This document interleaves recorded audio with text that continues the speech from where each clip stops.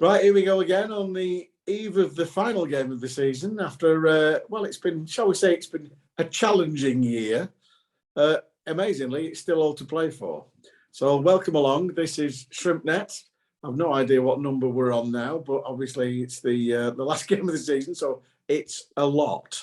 So joining the Chuckle Brothers, myself and Joel this week in a packed podcast, we have a long list of luminaries.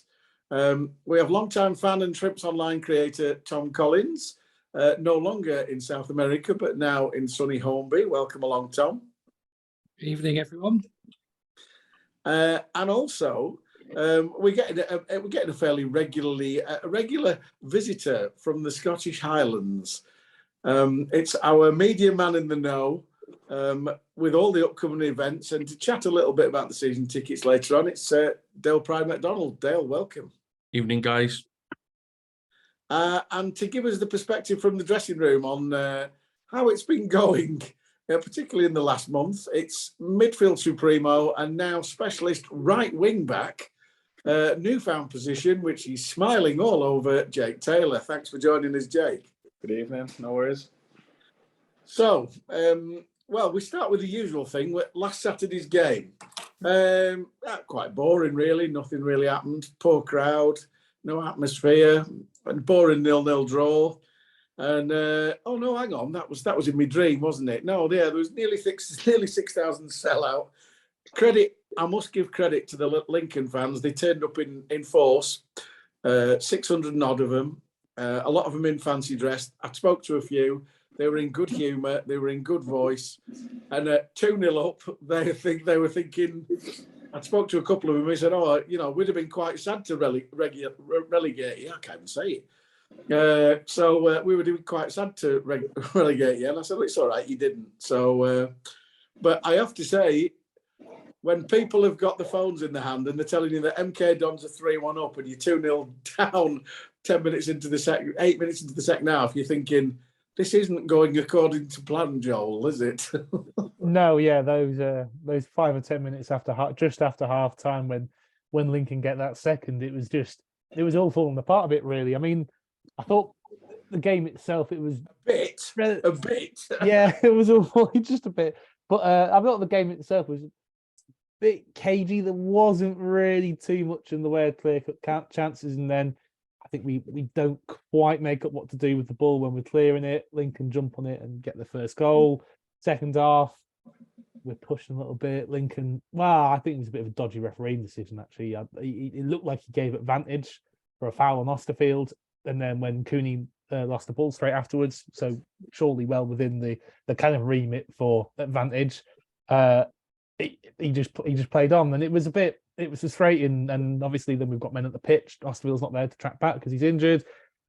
So yeah, it was disappointing, and it just feels like everything's kind of going against you. And you think I mean, I have no idea how as a player you can turn yourself around, because it really does feel like the whole world's against you. But a couple of minutes later, Cole does what we need him to do and pulls a hell of a finish out of the bag. I think it looks like it's a through. It's weird, isn't it, with the through ball, and it kind of pops off his left foot. And I don't think he necessarily meant to control it like that, but then to improvise and put that finish in was incredible.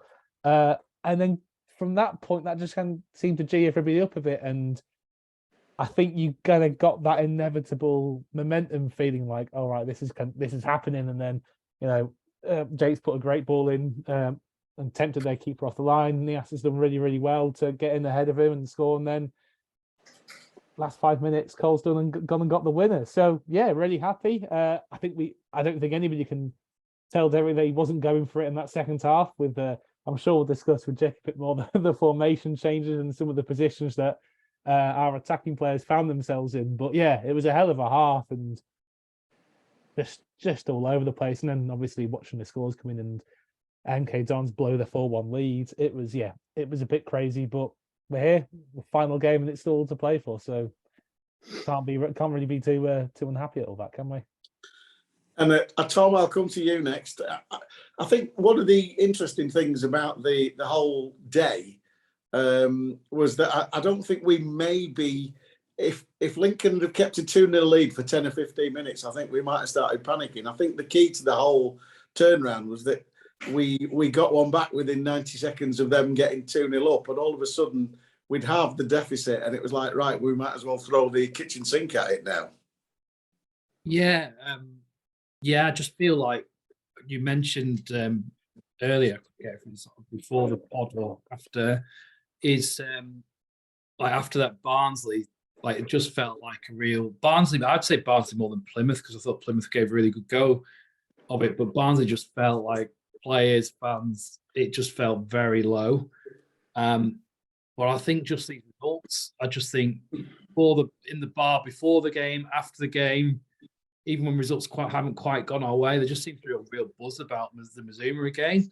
And I'd be interested to see if Jake picks up on that. But I even think at 2-0, I don't think the fans really, like, immediately there was a response from the fans. And I feel like there's just this, a bit of a wave at the moment of like the players and the fans just having this positivity of we can do this. And I'm picking it up in the interviews and the players as well. I think it's just the way people say it. You can always give that lip service of saying certain things, but it's actually, is it congruent with their body language? I just think there's that belief. And I think that I don't think the fans gave up belief, but you're absolutely right. Cole scoring at that point just managed to keep us in. Let's just go again. And it reminded me a little bit of the promotion season. You were commentating on the Salford game that time, and it just never felt like never felt like we were ever out of the game. And it felt like this Morecambe, we could go 2-0 down at Exeter, and all of us are going to have a feeling that in the back of our mind we can go and do it again. Jensen Weir said in his interview this week, he said, we go 1-0 down, business as usual, we just crack on and we go at it. And when I've been a bit critic of Cole this year, because I don't think he's been at his game like he can do. And I'm not just talking about goal scoring, I'm talking about his all-round game. And I think he would admit it himself. Yeah. But just lately, he's just found his scoring boots again. I said, dusted off my Y-Scout login, and some interesting stats for the last couple of games, no surprises. 60% of his shots were on target over the Charlton game and Lincoln game. So of his 10 shots, 6 were on target, and there's 4 goals from that. You compare that to last season when he had that incredible season, he was getting 43%. So when we say Cole is back to his best in the last few games, when we need him, he really, really is. Not just goals, but it's like productivity, to have that confidence to take on shots, like at Charlton at the Valley, like some ball comes in and he just throws his foot at it. And that's what is going to be the difference about keeping us up on Sunday, is just, Jake threw a ball in for the second goal. It's just having that confidence. Let's just go for it. I think there's just, in a very long-winded answer, I think we could all agree here there's a bit of a wave, and we're all believing that we're going to stay up.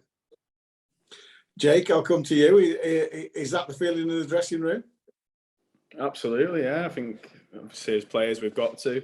And I think over the last 3 games, especially after the 2 games that you've mentioned there, we felt, this is a time where we've really got to step up, and I think we've done that over the last few games. And it's all on Sunday now, and hopefully we can carry on this little run that we've been going on and finish the job off. Does your dad think we can do it? Yeah, he does. Yeah, he'll be making the chip as well. He'll be forward to it. Bless him. Yeah. And Dale, certainly a fantastic atmosphere on Saturday, and I think the crowd never really, even at 2-0 down, the crowd never really lost hope, and I thought that was important as well. Yeah, I probably looked at it after coming away from the game on Saturday, and you're going, if we could retain 10 to 15% of that crowd in addition to what we normally get, it would make a huge difference every week, not just one week. And the one thing you've got to give testament to the supporters too is put out a rallying cry for that game last weekend. They turned up. We put a rallying cry out for this Sunday, and we're now sitting at, I think it's over 700 tickets sold for Sunday's game. So they have responded when we've asked them to. The atmosphere was tremendous. I was sat in my office an hour before kickoff, and I walked through the tunnel about 10 minutes before kickoff, and as I was getting closer, I thought that can't be the noise from our stadium, because it was a different level to an extent, and got out there and it was a real moment, where you go, wow, right, okay, now it feels like a a big game. But I have to say, I probably got mullered for it quite a lot, that I was the calmest man in the stadium. So when we scored the third goal, I didn't react. I stood with my arms folded, silently saying under my breath, just defend for 10 minutes. And to the point where a colleague came up and shook me and says, "Do you want us relegated?" I says, "No, I'm just being calm." But it was that bit of what we need going forward in terms of the long-term vision of the football club, is if we can get as close to that as we can on a weekly basis, you see the difference it makes. You see the difference it makes to young people, you see the difference it makes to older people, you get the vibe about the place in terms of players and staff. And again, you want that on a consistent basis. Probably the one thing I will give credit to the team for was producing, because they did produce. And I actually felt, I never felt at one point during the game that we were in a colossally dangerous position, because I felt in the first 15 minutes of the game, you saw where Lincoln's weaknesses were on their left-hand side. You saw where you could have a go at them. And I felt it was probably just that little bit of finesse, that cutting edge, that player that was going to do something different. I'm delighted for Jake to get his assist. I think I said it last time I was on, that the game against Wickham, rather than Cole reacting and putting in the net, I actually wish Jake scored, because I've seen a lot of Jake in the physio room since I've come in, and when you see a player go through that and come out the other end, you want them to go and do well. But it was a case of the game was always going to be winnable, and it was there to be won. And Joel, I'll come back to you with that. There are certain moments in a game where you think we're actually going to do this, and when they hit the bar and it bounced down at 3, was that 2-2? I think it was at 2-2 or 3-2. I think it was at 2-2. It was 2-2, yeah. Yeah, it was 2-2, and it hit the bar and bounced down, and then back, and I was like, "Oh Lord," seasons can turn on just something as simple as that. No, exactly. I think it was one of those. I think bouncing off the bar, and then I think it's something, I can't remember who it was, but followed it in, and then they couldn't quite get over the ball, and they just hit it over, and you just think, you kind of think, the gods have turned in our favour now, and yeah, you it's do. About bloody time. I know, yeah, we've been waiting, haven't we? But no, yeah, it's just, it's one of those where I mean, I always go back to the old example of the Crew game back in 2010, despite the fact that we were down to 10 men and 3-1, losing 3-1 with about 5 minutes to go in normal time. It's just one of those, and you get the goals, and you just feel. I don't know. Yeah, it's that creeping sense of inevitability. I can't remember what I heard somebody else talk about in another podcast. It's something I love about football. Like, sometimes you just kind of know what's going to happen, and you just kind of get this bit of a feeling. I know Tom was saying about the feeling about the Mazuma, and yeah, it's such a hard thing to kind of really pin down, because it is a bit of an intangible, and you just got to tip your hat to the players who just kind of didn't let themselves be deterred. You tip yourself out. You hat to Derrick, who just said, "Sack it. Let's just go for it. Let's put Jake Taylor and Arthur as wing back. Let's throw on all these. Let's throw in the ass as well, and just kind of really, really go for it." But yeah, it was one of those where the wheels. You could just kind of feel the wheels turning, and eventually, we get that winner in the 86th minute. And it was interesting listening to the Lincoln manager, Mark Kennedy. And he basically admitted that what he'd said to the players in the dressing room stayed in the dressing room. But I thought he was interested in his comments, saying, "I thought we played pretty well and could have easily won that game. But as soon as Morecambe scored, we stopped playing the game and started playing the occasion. And the crowd got to us, and he didn't say it, but they did go to pieces, because they'd looked pretty comfortable before that, Tom, didn't they?" Yeah, no, absolutely. Like, I was really impressed by Lincoln early on. Just the way that they were spreading the ball, some of the passes from one wing to the other, or through to the wing backs, and you're like, lads, you're meant to be on the beach. Like, give us a chance. You're meant to give us 3 points. We're meant to make this easy, but they were there, much like Burton were for Cambridge last night. It's one of those ones. It's like, we always think of it, right? We're thinking of it as fans, but at the end of the day, this is players' livelihoods as well, don't forget. And a lot of those players could have a big performance, which might just tip them to getting a a 2-year contract instead of a 1-year next season, or Yeah. it might mean that they actually get signed on. Because as much as it's all about, we do forget this a lot, it's all about the fans on Sunday, and the players will be thinking about that. But this is a career for the players as well. So as much as we think a joke about being on the beach, they're professional footballers. This is a job. Why should they not go and want to win a game of football and do something special? And Lincoln came out and they were playing some terrific football. And I was, it took us about 20 minutes to really wake up and start playing our football. And I think the second half we really got into the swing of things. But Lincoln put on a really good show. They're a good team, and I think sticking by the manager, they could be somewhat a team that could push on next season in League One. Yeah, with the right signings, I agree.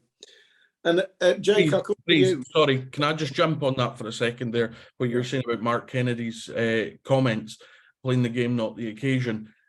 I don't think he can really label that at Lincoln, because see if you compare the average age of our team to the average age of their team and some of the youngsters that we've got in our group, I think we were probably in the more precarious position of players playing the occasion rather than the game that was in front of them. And I think not just in this game, but certainly since I've come into the football club, I've been really, really impressed with how young players have totally commanded their position in this league. And, I think sometimes it goes under the radar just how challenging it has been, with a young squad this year to go out and compete in League One, take it to the last game of the season. You're missing key players like Jake's been out in spells injured and so on and so forth. And I think when you hear managers say certain things, it maybe does strike a wee nerve. And I'm not saying that strikes a nerve for me, but what I will say is there was probably more scepticism of Morecambe playing the occasion rather than the game than Lincoln. And I think we've probably got to give kudos to the group of players in our changing room for making sure that they were out and applied themselves for that 90 minutes and didn't let what was happening around them get too on top of them. I'm seeing people on Saturday where they're jumping about because it's been 4-4 down at MK Dons, and you're going, just calm, breathe. Because do you know what? See, regardless of whether you get to, we've got to game 46 now.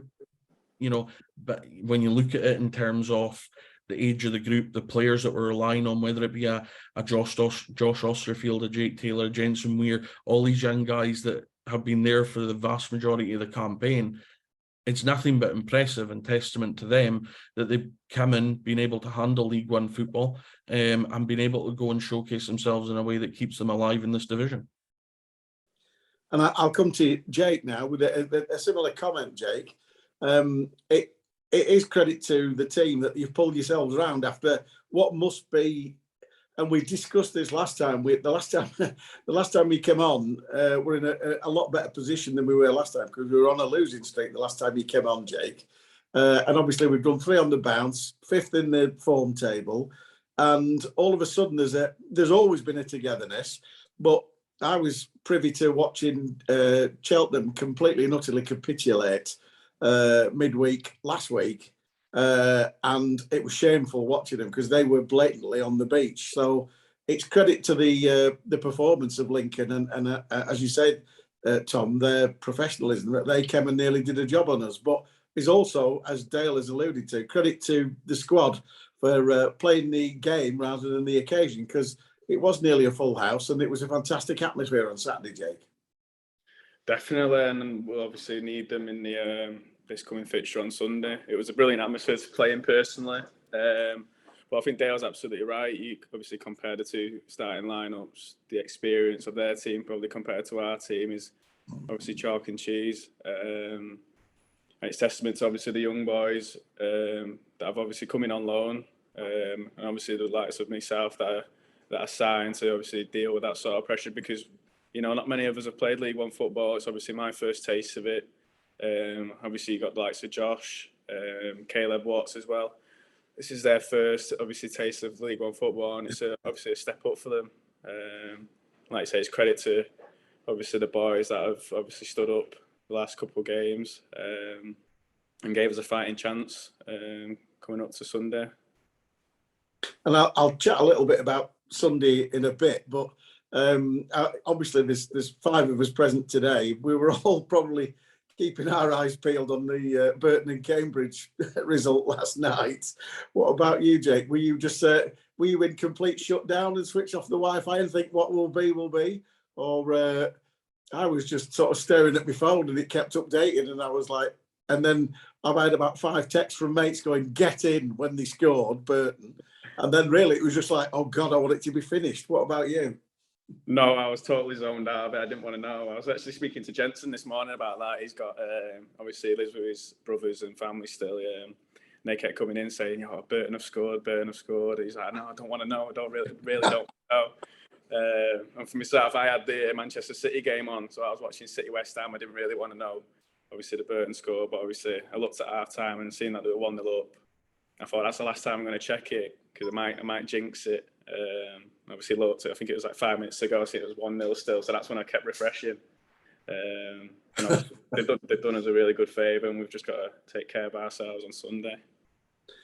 And I know you were out in foreign climes, Tom. Were you keeping up to date? Do you mean me or Joel? Because I was watching. Sorry, yeah, I did mean Joel there. Sorry, Tom. No, yeah, I was I was over in Valencia. I was watching Valencia. Yeah, get that little one in there. But I was watching Valencia versus Villarreal, and it's quite a good second half. But as is a lot of the case, a lot of the time with football stadiums, you never really get much signal in them. So I didn't really have any signal for. I think it was the entirety of the first half of the Burton Cambridge game, because I was an hour ahead, and then I got a little morsel of signal, and I checked my phone, and it just blew up with. And the thing is, I'd say 60 to 70% of the texts were, "Oh my God, Burton scored," and then the other kind of 30-40% were, "Don't jinx it. Nobody say anything. Like nobody get too happy about this. Like you're gonna jinx it." And then and afterwards, going back, just went back to my hotel room and tried to check the score less than every 5 minutes. I tried not to check I tried to not check it too often because I just thought I'd drive myself insane. And then it finished, and I think I might have had a little bit of a tension headache just afterwards because I was quite nervous about it. But yeah, it was it worked out nicely, didn't it? Well, I was daft enough to switch it on with about 20 minutes left, and that was one of the longest 20 minutes of my life. Tom, what about you?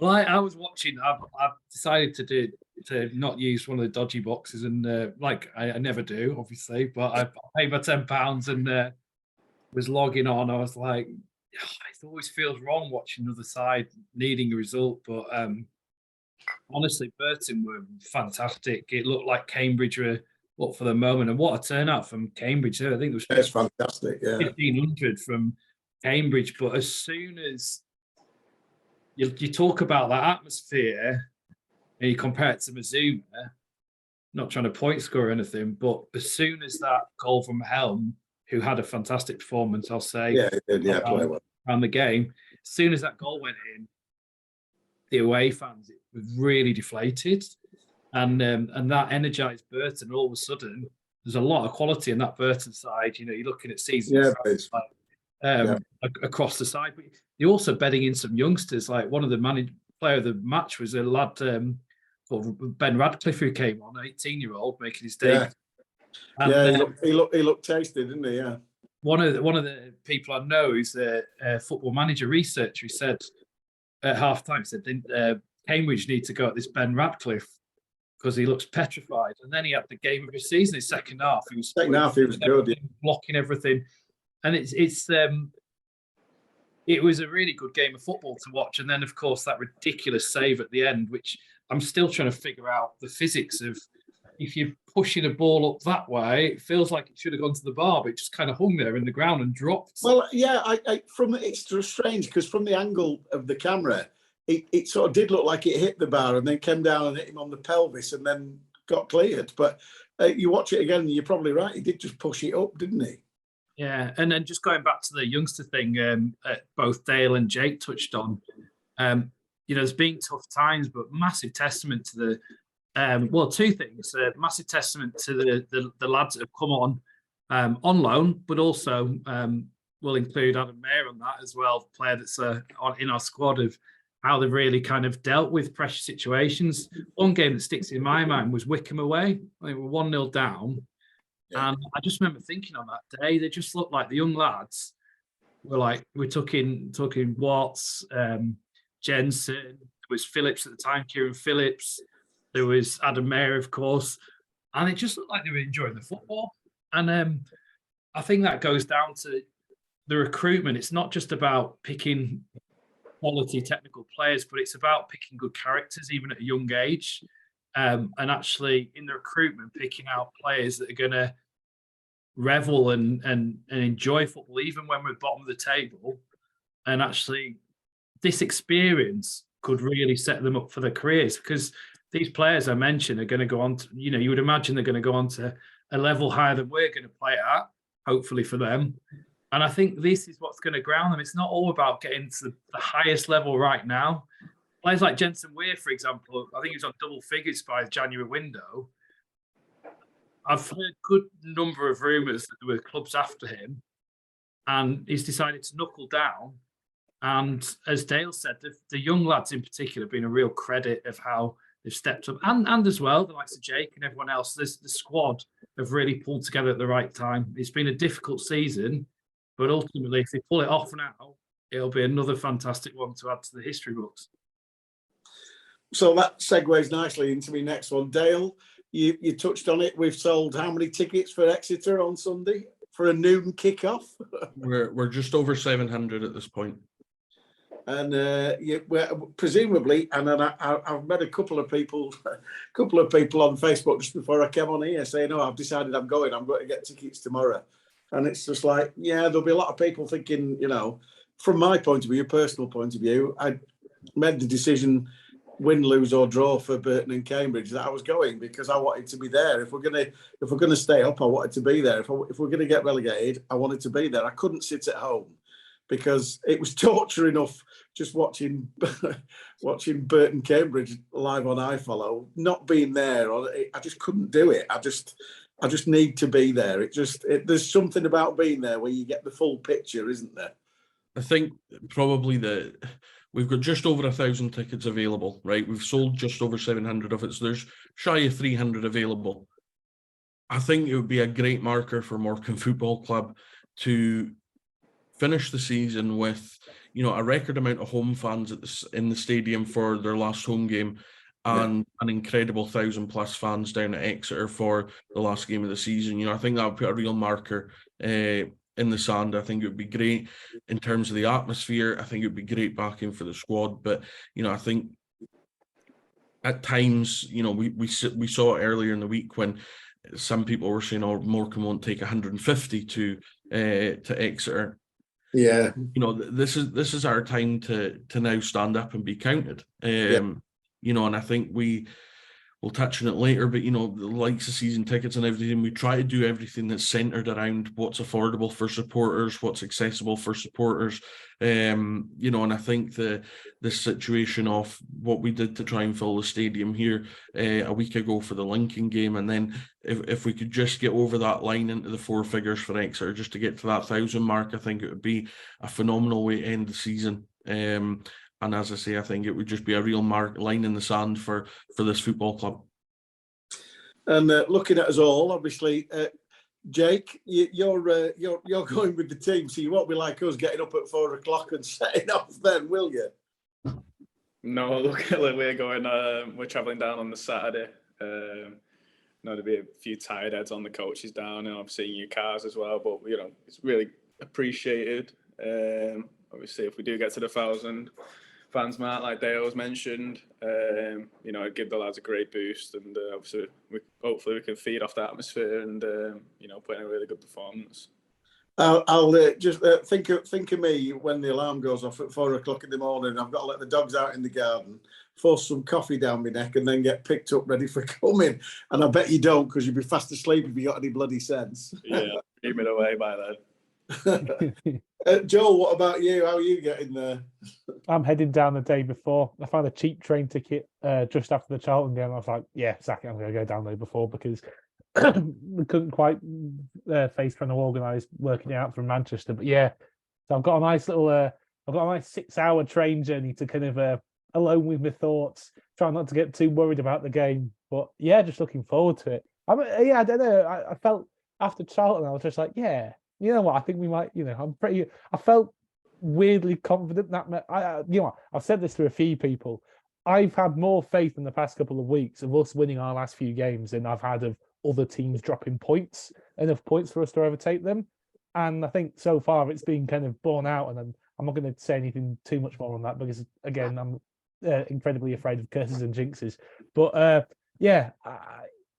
it just feels like there's been a bit of momentum building, and I felt like definitely after the Charlton game, I was like, yeah, I really want to go regardless of the result that happens at Lincoln, although it's very much appreciated that we won and we're still in it on the final day. And Tom, you've changed your plans. So there's you Joel and David know that my wife recently moved over from Peru, and it helps that she's geographically challenged, even though I've got a map that's gone on the fridge. So we had a weekend in Birmingham, which when I showed her, she went on YouTube, said, "What a gorgeous place." I'm like, well, let's roll with that, because I had a 10K run I'd already booked.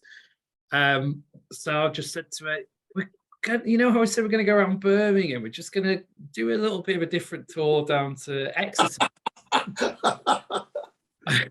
She still hasn't bothered to look at the map where it is. So I may have to earn some brownie points. But as Joel's going to drop in his, his wild lifestyle of going off to Valencia, I decided to go off to Valencia after that. So we're going Birmingham, Exeter, Valencia. Back to Clang. There we go. Another there place. you go. You love those.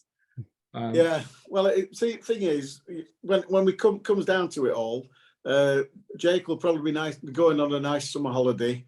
I'm coming back and going to bed. What about you, Dale? You going to do an exotic? After Sunday, I'm in for the next few days, and then I'm going up north for the end of the Scottish season. So I go from one battle back up to Ross County for another battle. So I've not been too kind to myself. All right, no, fair play. Good luck with that. I admire you for doing that. Some would say glutton for punishment, but not me. So, right, we're all at Exeter. We all know the stakes are very, very high, Jake. Presumably, you're just going to treat this like probably the last 3 games with full of confidence, and even with 20 minutes left, we know Derrick's going to throw all the footballers on, because obviously, like yourself and Ash and Nias and Arthur and what have you, we've finished all the last 3 games with most of the what would we call the footballing footballers like yourself, all charging round, playing great balls in the box, Cole getting on the end of them. It's shit or bust, basically, isn't it? We can only do what we've got to do. We've got to win to give ourselves a chance. No, exactly that. It's like you said, it's do or die. And I said that in the press about 3 or 4 weeks ago. I said we've got to win every single one of our games now, and that's not really changed. Taking away what other clubs are doing and what they have done, we've got to win our game, and hopefully, fingers crossed, we do get a bit of luck and someone does us a favour. But no, we've just got to focus on ourselves, win the game, and hopefully it's enough. Sorry, Freez. Do you mind if I ask a question? Yeah, go ahead. Jake, do you have what do you see as the routine? Like, you're going down on Saturday, you're going to train on the way anywhere, or what does in the morning? Because it's a bit of an unusual one with a midday kickoff. Is there been any adjustments to that? As an athlete, it's a bit of a different schedule. Has there been any talk around factoring that in? Yeah, there has been a bit of a change, obviously, because of the King's coronation. We've obviously was in Monday, Tuesday as normal. We have our Wednesday off. We train today, we'll train tomorrow, and we'll travel down on the Saturday. Won't train on the Saturday, we'll just get there, and I think we're going for a walk. Just obviously get the rubbish out of the legs from the coach journey, because it's a pretty long journey. And hopefully we're geared up and all ready to go on Sunday. But yeah, that's the plan this week. Sorry, King's coronation, is that going on? Nobody's mentioned it to me. What? Apparently so. Is that important? Is it? No, nobody's mentioned it. Blimey. We could have mentioned it in the podcast. Blimey. Yeah, I didn't know. There you go. Look at me. So, obviously, final thoughts on that one. We'll finish on that one. But coming back to Jake now, Jake, it's been a frustrating season for you, mate, hasn't it, really? Like Dale said, a lot of time on the treatment table. You've just had a run of games, and every time you seem to get a run of games, it seems to be curtailed by injury. That's got to be frustrating. Yeah, like it's terribly frustrating. Obviously, I thought coming off the back of last year, which was pretty frustrating as well, I managed to get a decent amount of games, but not what I'd probably want. And I thought obviously moving to Morecambe and have a better chance of playing, and I'd really get a lot of games under my belt, but it's really not been the case, obviously due to injury. Mentally, it's really been a really tough season, probably my toughest to date. But I think it would be a really, really nice ending if we could obviously stay up on the last day. And when you achieve, it was similar to last season, we achieved promotion and you kind of forget what's been gone. Obviously the injuries, the time in the room and in the gym, you kind of just forget because obviously you've achieved something. And hopefully this year will be, sort of a similar story, and it'd be really nice ending to a really difficult and disappointing season for myself. In the last few weeks, obviously, thankfully, you've been able to kind of come on and make a bit of an impact. So how good has it been being able to come on? Obviously, you've had that zinger of a shot that's been turned away for Cole, and then with the assist for Nias's goal at the weekend, how good has it felt to be able to get back into the flow of things and be able to make a real kind of tangible contribution? Really good, yeah. It's obviously been disappointing that I've not really, contributed as much as I'd want to throughout the season, but there's no better time to start doing that, I think. And obviously, for most players this time of year, if you've not got something to fight for, they are really looking forward to the summer. But in my case, I'd really like the season to carry on because I'm kind of obviously coming to my own a little bit now, and started playing, like I know I can play. And yeah, like I say, it's been obviously a frustrating season, but the last couple of weeks, I've been able to, contribute to the team. Hopefully I can do that on the weekend in some sort of capacity. Just to go back on that Wickham one as well, when you hit that, did you think, oh, you know what, that might be creeping in, or was that? Yeah, I thought I had a chance. When you struck a ball really well. I kind of was, running off thinking, has this got a chance maybe? But obviously it weren't meant to be in it. It fell to probably the person you want it to fall to within Cole, and he's put it away. And obviously that's won us the game. So it's probably the second best thing that could have happened. And then I guess obviously again on last Saturday with the ball in for Nias, was it something that you were thinking, I reckon I might be able to tease the goalkeeper out here, or you'd seen Nias's run, or what was he kind of thinking on that one? Well, the ball obviously came from the midfield. It's bounced out to the right hand side, and I was looking either for Cole or Umar to make a move in behind, because obviously we're chasing the game. We want obviously try and stretch their back line. And I've seen Umar obviously make a dart, so I thought try my luck here and just obviously play it over into his path. And thankfully he's got on the end of it and made it a really good pass, because obviously it's not an amazing ball, but he's made it into an amazing ball. Obviously the keeper's out rushing, maybe got a rush of blood to the head, and he's come storming out, and obviously he's done really well to loop it over him. But it was obviously really important contribution, and set us on to obviously get the winner. Because I think by that point, I'm just going to quickly check the substitutions in that game, because I think was that after you'd been put out to right wing back, wasn't it? It was, yeah. It was. So yeah. So what was going through your head when Derrick just says, right, Arthur left wing back, Jake right wing back? You're like, what's going on here? Yeah, initially I thought surely not me, because obviously I've played left wing back, funny enough, but that was talking about 3-4 years ago in the under 23s in academy football. But obviously it's right wing back. It's kind of similar to right midfield. You've just got a lot more defensive, obviously. Defensive, obviously, importance, and obviously got to really concentrate on that. But it's not really a role that I find too difficult.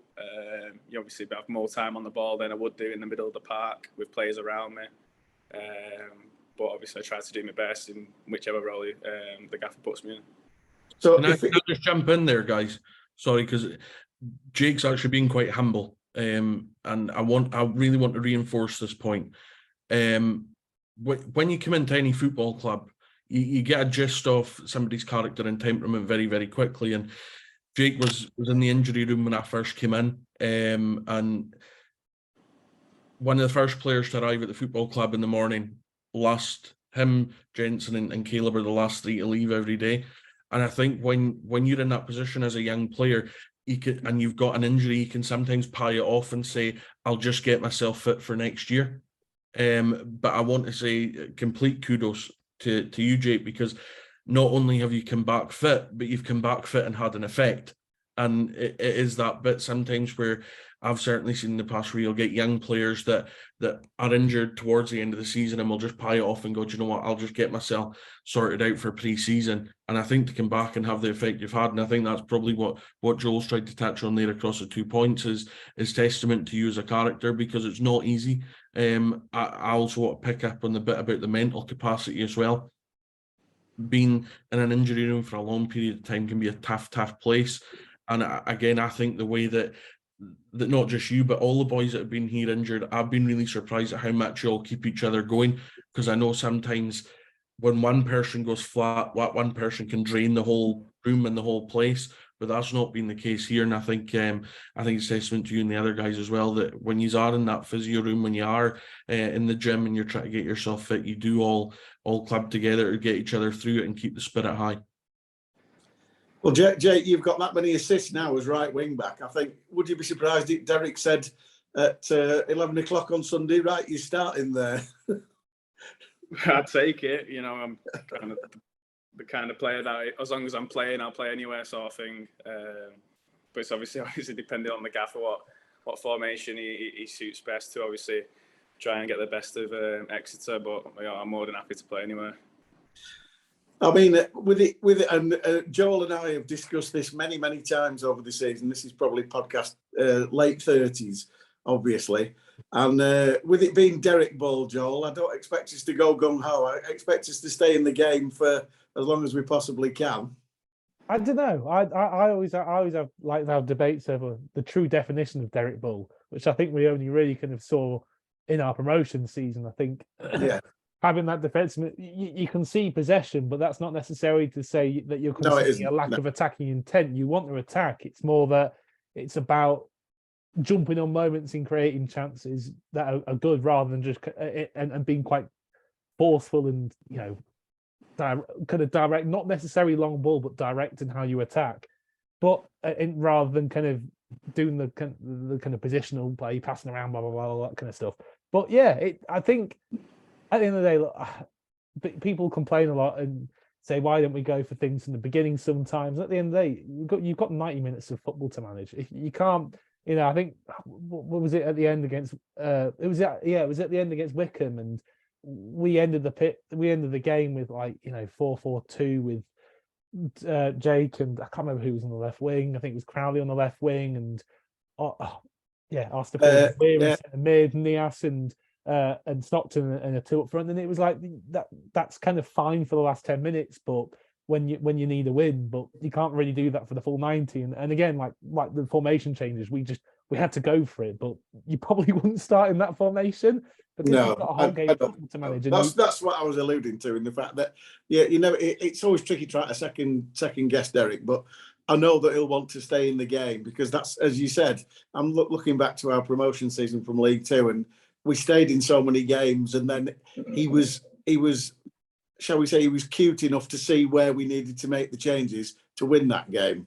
And judging by the last three games, he's proved that he's cute enough to make those changes. And those people that he brought on of like Jake and Ashley Hunter and Nias, etc., they've made the difference, haven't they?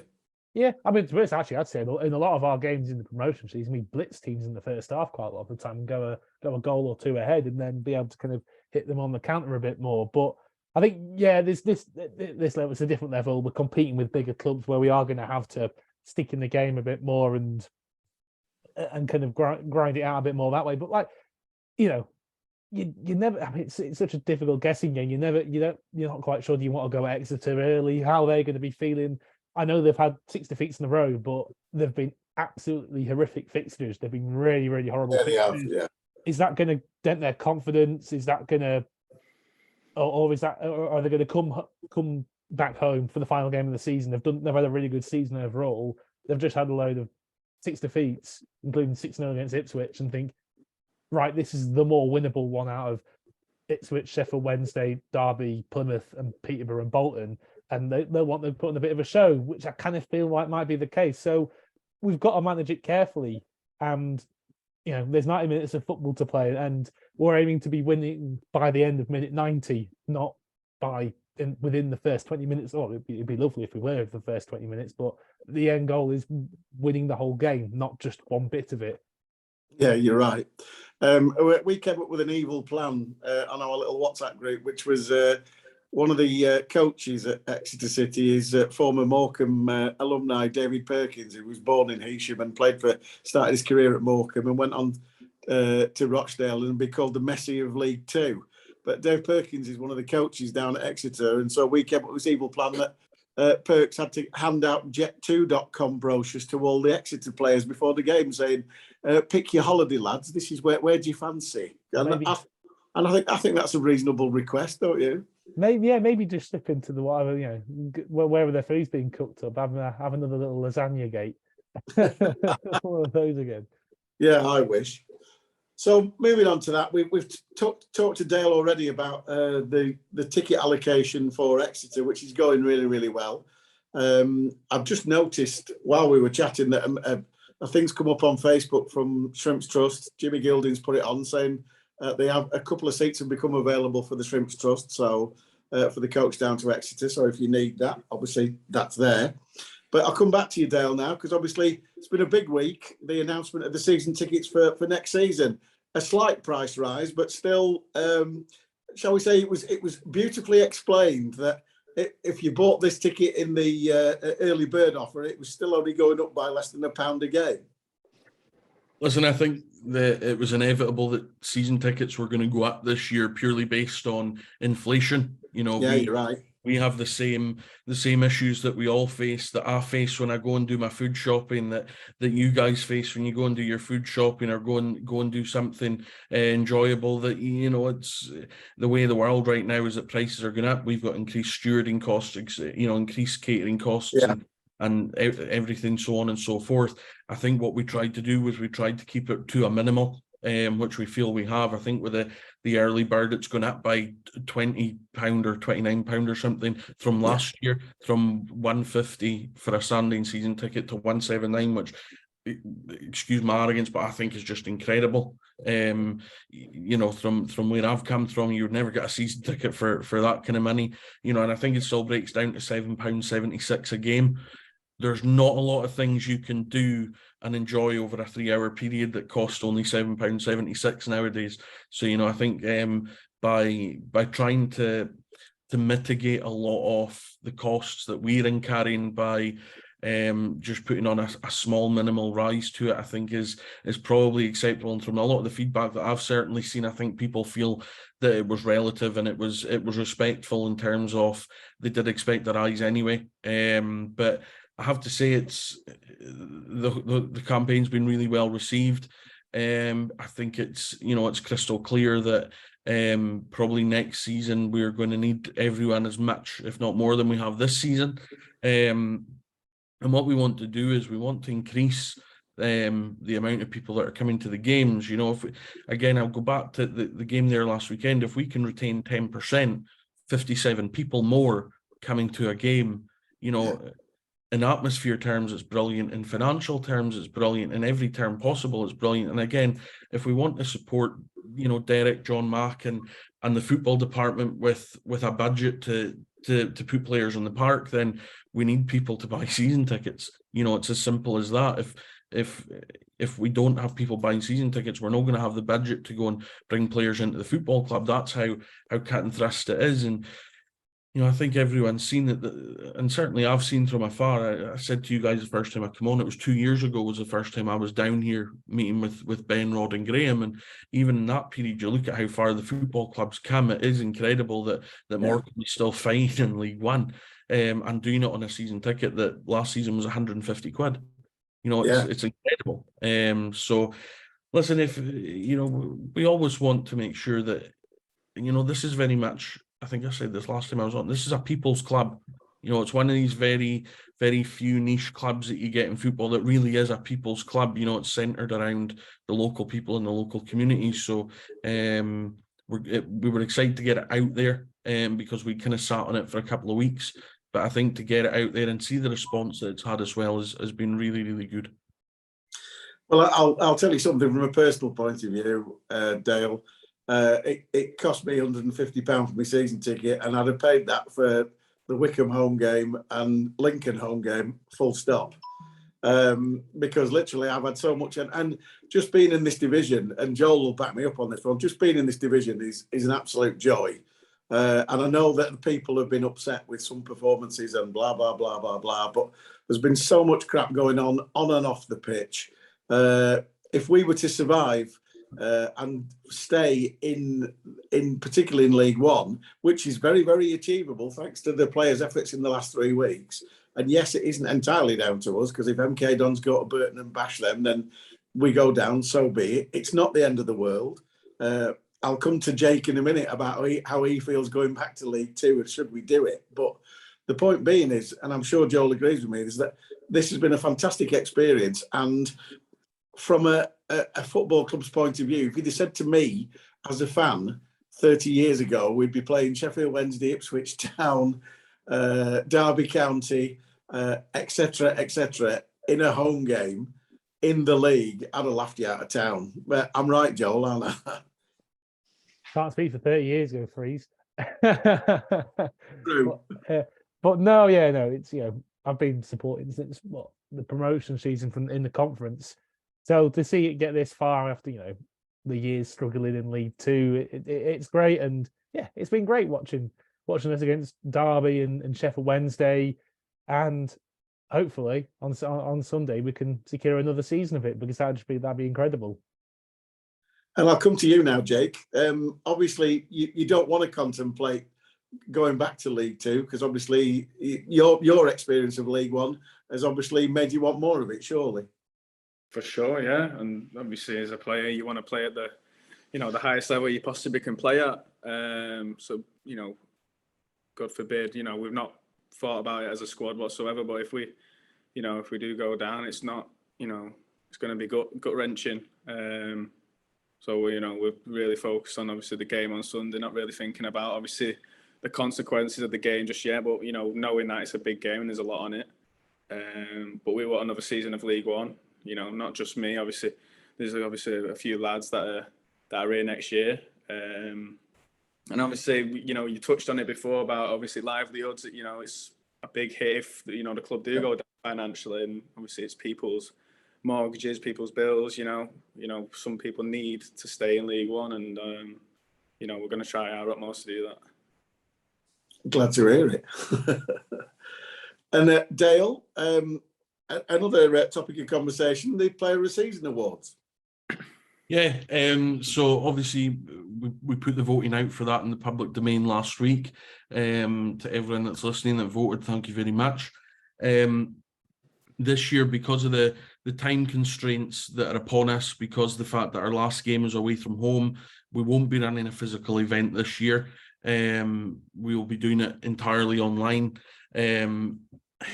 A mixture of mercies. In an ideal world, yes, we would love to do something here at the stadium where we get everyone together, but again, it is that bit off with Sunday being the last game, the turnaround to make that happen. And then obviously the guys go on their break pretty instantaneously after that on the Monday.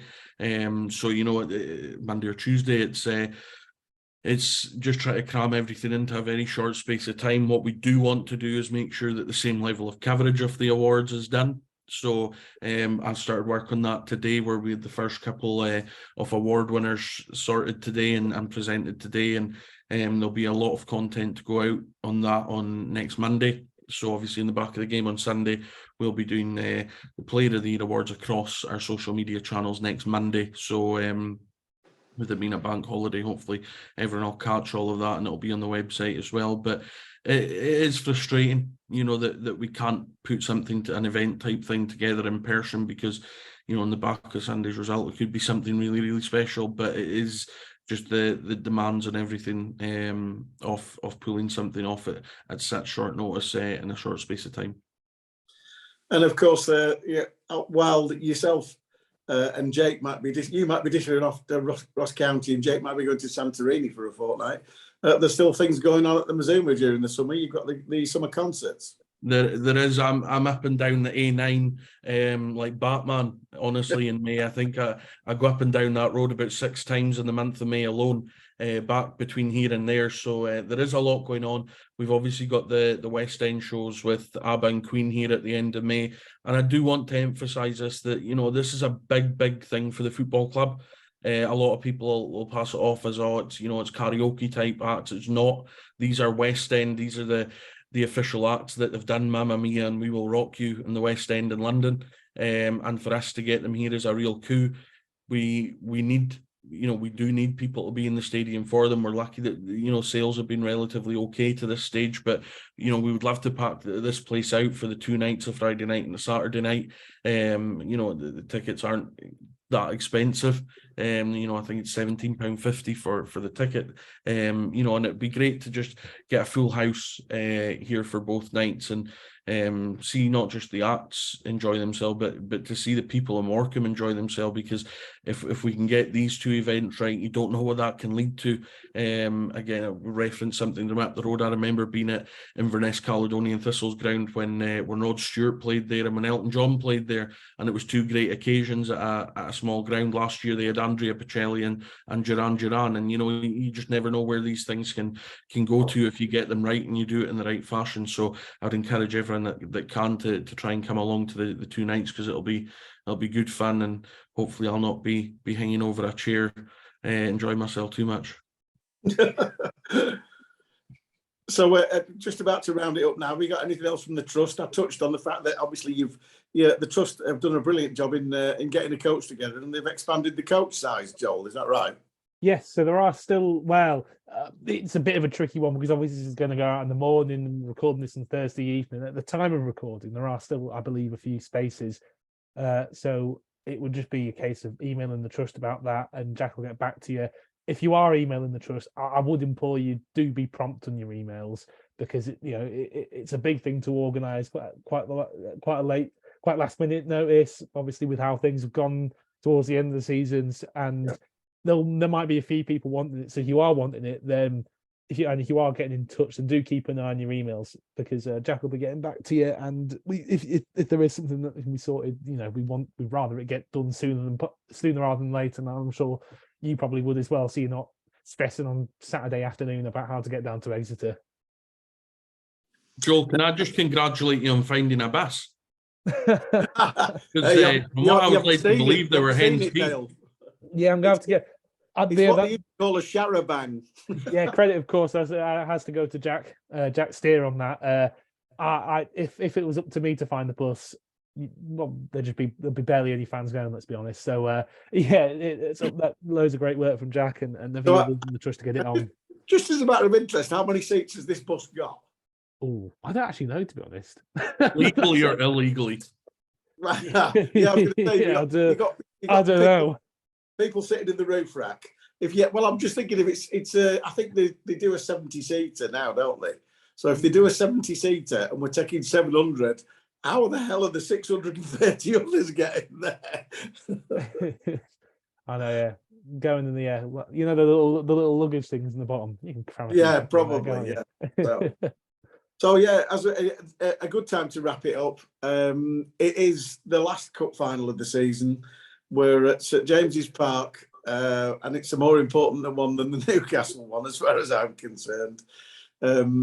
We've got a really good relationship with quite a few people at Exeter, who, despite beating them in the playoffs in 2007 at Wembley, have managed to forgive us. And it will be an emotional day. If we can take, as we said, as Dale has said, if we can take 4 figures, you know, if we take 850, 900, fantastic. It'd be absolutely superb. And I can assure you, Jake, that it will be like a home game because I had no voice after last Saturday, and I literally just sat in the chair beaming, drinking gin and tonics. I've no idea what I watched Saturday night. I just sat there. I was like on a different plane, and I'm hopeful. I'm hopeful because we all know it's a bloody long journey back from Exeter. I don't want to be coming back disappointed. The only reason I would be disappointed is if we didn't do ourselves justice. If we beat Exeter 5-0 and MK Duns and we get relegated, so be it. We've done all we could. So that's all we can ask, Joel, isn't it? Yeah, my voice only recovered about yesterday afternoon, although that was because I went to a karaoke do on Sunday, so that kind of didn't really help either. But yeah, so yeah, like you say, just do our bit, and then yeah, whatever we will be. But yeah, looking out for Dina Marmory as well. Yeah, exactly. So good luck, Jake. Thank you for coming on. Good luck. How's your dad getting there? He's coming down with my uncle, so he's getting him doing the driving, which is... hey, good move. I'll tell you what, he doesn't like driving your old man, does he? No, he doesn't, especially the long ones as well, because the only vehicle he's got at the minute is his work van, and he don't trust it going down 6 all the way down to it. So he's got my uncle coming with him. Oh, fair play. Yeah, well, what's your uncle called? Darren. Well done, Uncle Darren, and good luck driving. Yeah, all the best, especially with my dad as well. Yeah. So good luck for Sunday. Thanks for coming on. Much appreciated. Same to you, Dale. Keep selling them blooming tickets. Get us up to 1,000, and we'll be waving, not drowning on Sunday at 12 noon. And let's hope we're all smiling at 2 o'clock. Guys, listen, see, just on behalf of myself, since I've come in, you guys have been brilliant with me. Well done across the whole season with the podcast. It's been absolutely brilliant. It's a great listen every week, and you deserve great credit for keeping it going week in, week out, and try to put a positive spin on things. So thank you for the service you do to the club and doing the podcast, and well done personally to you guys as well. No, it's in the blood. It's in the blood, Dale. It'll never go away, and I'm proud to do it, and I'm glad that people listen, and that's a great place to finish. So this has been ShrimpNet, I think number 38 maybe. Thank you for listening. We'll see you. I'm in the seats. Are you in the seats, Joel? Sunday? No, I'm climbing down from my ivory tower to go. Oh, you see now, look at that. I stand in the barter card every week, and you sit in your ivory tower with your prawn sandwiches, and on the big game, I'm in the seats and you're standing. How weird. So I shall wave at you, and I might actually buy a Marks and Spencer prawn sandwich and wave it at you. We shall see you there Sunday. Let's hope it's a great day for all of us. Thanks for listening. We will be back next week to review the season. See you then.